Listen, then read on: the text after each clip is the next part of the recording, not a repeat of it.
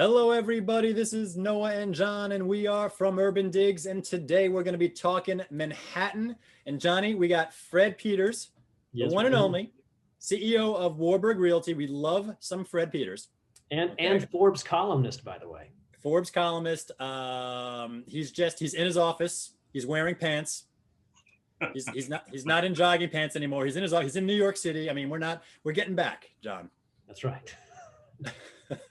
That's about as retro as you can be these days. Office and pants. Anyway. I mean, seriously, what is that? But Fred, welcome. Thank you for giving us your time today. And I just want to start out real quick at a high level. All right, we're going to go high level, but the market's really hot. The market's on fire. Activity's up. Prices are starting to come back, but prices aren't really shooting up. I know the market activity is going up, but like there shouldn't be confusion between the two. And I want you to just to explain and go into that, please. Okay, here's my feeling, guys. I actually think the reason that activity is way up is precisely because prices aren't shooting up. I think it took a while after the pandemic, the first wave ended and we moved into a slightly more open landscape for the market to find its place price-wise for this era that we're now in, which isn't post-pandemic. I mean, God knows, with 500,000 American deaths, you certainly couldn't call it post-pandemic, but in which market activity is permissible and is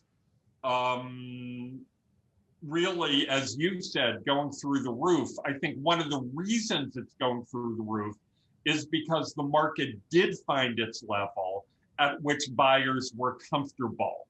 So I think we've all got to be very careful moving forward that we don't interpret what's going on as a signal that we should be raising prices out of the buyer's comfort zones, because I don't think it would take too much to shut the market down again.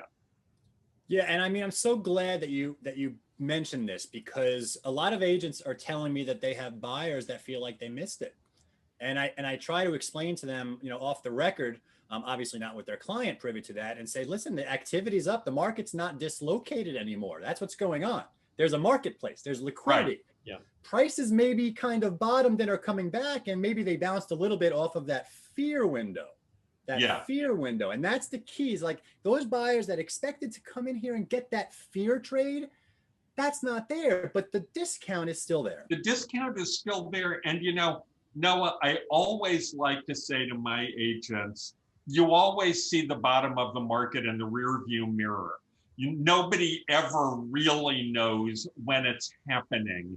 And because precisely of what you mentioned, which is the fear window, the truth of the matter is, when the biggest discounts are available, most people, no matter how much they puff themselves up about how they want to buy right at the bottom, they're too scared to buy right at the bottom. And most people are actually waiting for a sense that value and, as you said, liquidity are returning to the marketplace before they feel comfortable jumping in. They should be jumping in now, because I definitely can't promise that we won't be seeing an uptick in prices 6 months from now. It's a great point. And let me ask you this, Brett, because it looks like, there's been a bit of confusion as to the sort of the source of the recent uptick in activity. And I think you hinted at the idea that we finally hit that level and kind of kick things off. The other school of thought is that it's just delayed demand. We had, months and months of nothing happening because of the lockdown, and that sort of delayed demand from the spring and fall finally hit. And that's what we're seeing. And I'm curious how you slice and dice that and what your opinion there is. Another thing I always like to say to my agents is that New Yorkers as a group have a limited tolerance for delayed gratification. And I do think there is some of that, but what I actually think it's a little more complicated than that, John, because that suggests that we're just going back to where we were before. And I don't believe that's the case. I think that what really happened is that people freaked out, and it took me, I think the price mitigation is certainly a factor, but I also think that it took people a while to recommit to New York, to really be clear about the fact that this was where they wanted to be, which is why this whole renaissance of activity has been driven so much by New Yorkers. You know, we aren't seeing most of the buys being from Europeans or from people in California or Vegas or wherever.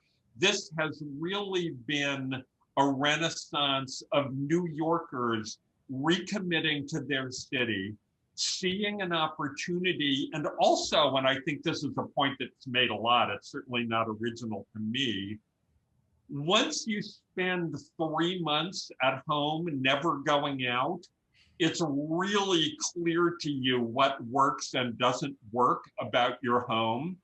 And since I think we're probably never going back to full office capacity of the type we had before, the home office all of a sudden really is meaningful. You know, I think people are just rethinking what they need out of their primary residence in order to have it work for them going forward. And that's a great point, because things are changing, like we're in it and things are actually changing. Let's go over that inventory. When you look at the inventory out there, Fred, I mean, you have a lot of wisdom here. You can go back on a lot of markets in history, and you can. You ain't kidding. You're not old, 40 Fred. That's not what I'm saying. Worth of markets. But when you look at the inventory today, and you look at the market forces today, and how it's affecting deals that are being done, what are you seeing? Well, that's such an interesting question, Noah, because as is so often the truth in the marketplace these days, it segments out very substantially, both by price and by location. As you guys have noted in the past few weeks in your weekly update, way the most transactions are still taking place in the lower marketplace. You know, what is it? Something like 75% at 2 million and below, numbers, something like that. Yeah. So I think actually in those markets, and the million and below market in particular, you're seeing competitive bidding all over the place, because that inventory is getting siphoned up. And that's someplace where buyers actually, we are seeing situations in which when our buyers are winning an apartment, they're paying 2, 3, 4% over ask. You know, when you're looking at a 1-bedroom for $650, a 1-bedroom for $750, we're seeing that particularly in Brooklyn, actually. In the Manhattan marketplace, and especially as you move up into the higher price ranges, there is still inventory and there are still purchases to be made in which you negotiate. And I think, you know, as was evidenced by everyone in your fabulous interview yesterday with the new development guys, there's a lot of opportunity in some of those buildings. There's a lot of opportunity, that there is a depth of inventory at the higher prices. At the lower prices, one of the really interesting points the guys made yesterday is that we're going to be going in the next couple of years into an inventory crunch for the 5 million and under condos. So the buyers who are looking to get in that market really ought to be thinking about acting now while they still have choices. Yeah, it's very interesting stuff. And you hit the nail on the head with the under 2 million market, and especially Brooklyn. I mean, once the markets reopened, it really was Brooklyn that took off like a rocket, basically picked up right where it left off, and is just over and above where it's been in the last decade. Manhattan, of course, the under 2 million market was the first out of the gate, a bit slow, but the rest of the market finally caught up. But the question I wanted to ask about that, and you mentioned that some of your winning buyers are paying over ask, is, if we look at this from a seller's point of view, how long would you expect with this sort of pickup in activity, especially under 2 million, to be on the market these days? Well, it goes back to what we were talking about before. It's all about how you price it. Mm-hmm. It's just all about how you price it. Because as you guys have noted, the longer the on the market period stretches out, the deeper the discount at which the seller finally has to sell it. So the trick is, pretty much every listing, and this has always been true, has its moment of access to pent-up demand when it hits the market. And if you price in such a way that you appear to be receptive to that pent-up demand, you're going to get. Yeah. And if you price so you lose that period ain't never coming back. Mm-hmm. Yeah, and that's why it's good to have a general understanding, Fred, of whether or not the market is actually active today versus, say, a month or 2 or 3 months ago. Because now we could say it's not a liquidity problem, it's not a market problem, because clearly the buyers are there. Like the deals are being signed. Yeah, no, you're absolutely right, Noah. The buyers are there, but the buyers are doing their homework. The fact that we have so much more transparency now in the marketplace means that buyers really have the ability to do their homework. And they're challenging their agents, and the agent says, this looks like a really good buy to me. And the buyer says, yeah, but one just like it, 2 floors higher in the building, closed a month ago for 5% less than this. So why am I paying this now? You have a level of sophistication and research in the buying public, which, especially given that buyers know what the last year has been like, it's really up to the agent to make a compelling case for what it makes sense to offer as kind of in a range. And probably, in my experience, you never want to try to push a buyer too much out of his or her comfort zone. It just always comes back to bite you in the you-know-what sooner or later. Hey, Fred, quick question. I'm sure John has a question, but I want to squeeze this in real quick. Sorry, John. Is there a correlation in your experience with your top producing agents in your office? So is there a correlation between production, consistent production, and those agents giving a consistent message to their circle? Absolutely. Absolutely, because I think the top agents, no matter where you are top agents usually because they have a finger on the pulse of the marketplace and are capable of explaining it. I think the other thing about more experienced agents, which is critical to success over the arc of time, is to not be afraid. You can't be afraid to tell either your buyer or your seller the truth. I love it. Yeah. So I'd like to pick up on that because it's sort of similar to my question. You mentioned sort of the Cy Sims philosophy, which is, an educated consumer is our best customer. And a lot of times consumers do the research and they find the comps, they find what they're looking for, but they're missing 1 or 2 things that really sort of, complete the picture. And I'm wondering if you can share some of these thoughts, with the agents out there. What kind of things do you need to stay on top because your consumers are going to get it wrong? One of the things that I really, I kind of feel like I'm embarrassed to be quoting myself so much, but another thing I really like to say to my agents is that there's a big difference between information and knowledge. And the internet provides information. But the buyer who believes that he can make a smart decision based on information alone is not the buyer who's likely to end up making the best possible decision for himself, because context is everything in our business. You know, I like to reference the fact that 740 Park, the fanciest building in New York City, many people would argue, is right next door to 750 Park, a post-war building with low ceilings, studios, and one bedrooms. You know, this is the reason why iBuying is never going to work in New York, is because context is everything. There isn't an algorithm which is going to enable you to understand a price based on location or based on square footage.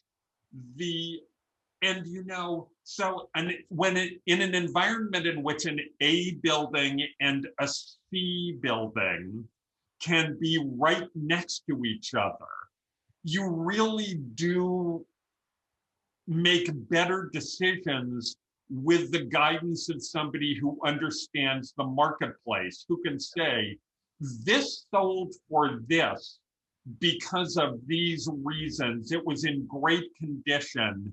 You can't see it in the photos, but it actually just clears the building next door, whereas this apartment in the same line, one floor lower, has 3 rooms blocked by the water tower.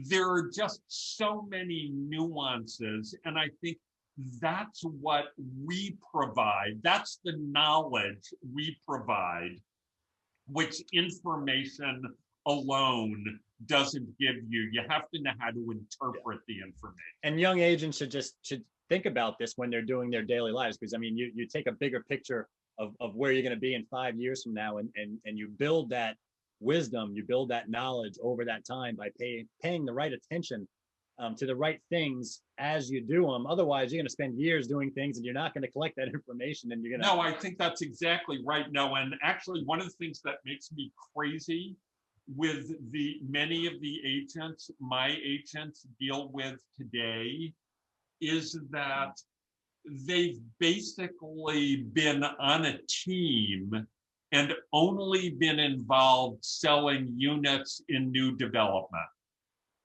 So at that point, you actually know nothing. Right. You know, you have no idea how to talk to a buyer. You have no idea how to talk to a seller. Yeah. You have no idea how to put together the kind of a board package you're going to need, not only in a co-op, but also in an older condo. There's just an awful lot of experience that I feel younger agents aren't getting because the way the market shakes out these days. And sooner or later, they're going to need it. Yeah, they're very, very interesting. Well, we're running out of time. This has been great. I just want to end it with perhaps any tips that you can give to agents in regards to maybe what you're seeing at the deal table in terms of, you know, like difficult situations. What are you seeing out there that maybe they can get ahead of, or anything else? I have a couple of things that I would say. The first is my favorite piece of advice to give to agents is shut up. Most of us talk too much, and it doesn't really give us the opportunity to hear in depth what the person on the other side of the table is saying. Because for both sellers and buyers, the experience of being in the marketplace is an evolving one. And I mean, with a buyer, from the moment you first meet them to the moment you sell them a property, their experience is evolving. Their understanding of what's going to work for them is evolving. And if you aren't listening, you miss that. So that is my overall first piece of advice. My second piece of advice is know your market.